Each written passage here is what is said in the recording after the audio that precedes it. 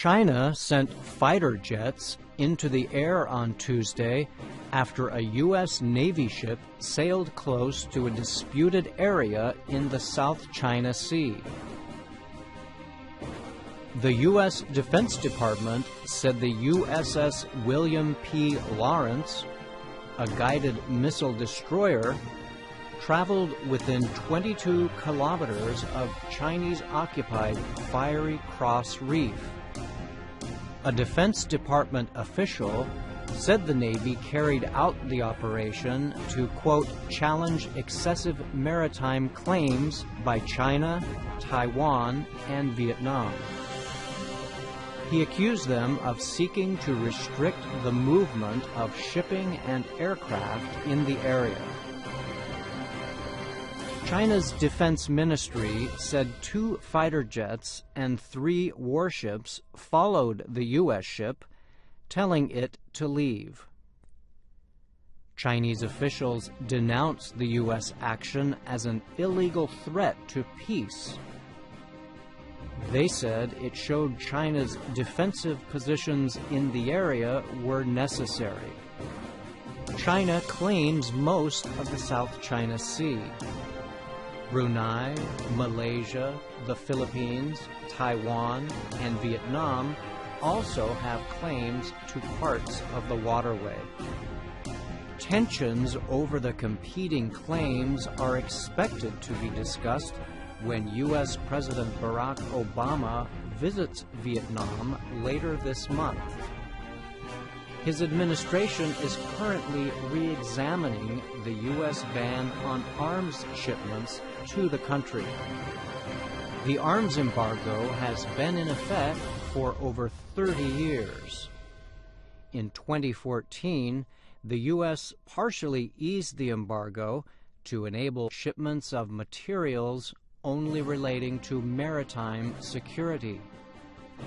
Now the Obama administration is considering a total lifting of the arms ban as a sign of trust and developing ties between the two countries.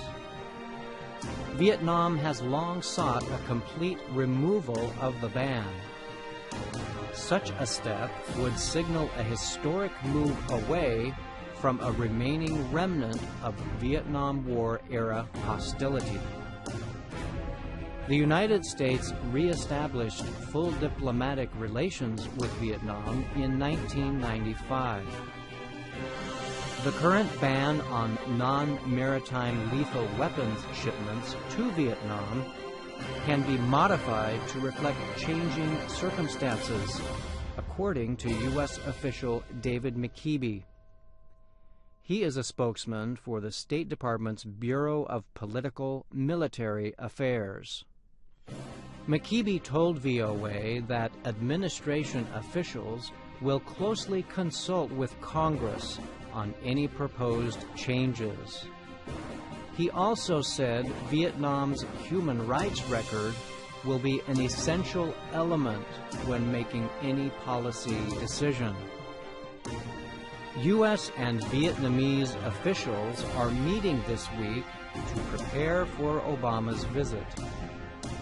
The State Department said the U.S. officials are noting that Vietnam should make progress on human rights if it wants to improve ties. The department cited progress made by the Vietnamese government in some of its human rights practices. But it also pointed out violations and abuses, including political restrictions and arbitrary arrests and detentions. Murray Hebert is a Vietnam expert with the Center for Strategic and International Studies. There is currently quite a bit of discussion happening between the two sides, he said. Hebert added that Vietnam is cooperating with the United States on issues such as maritime security in the context of China's increasing assertiveness in the South China Sea. But even if the arms embargo is lifted, Hebert said, this does not mean Vietnam will actually be permitted to buy specific items.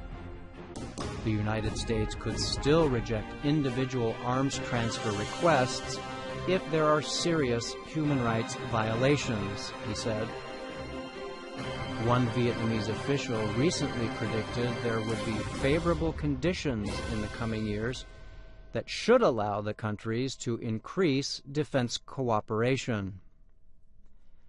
The comments by the Deputy Director of Vietnam's Ministry of Foreign Affairs, Lai Tai Peng, were published in a report for the CSIS Pacific Forum.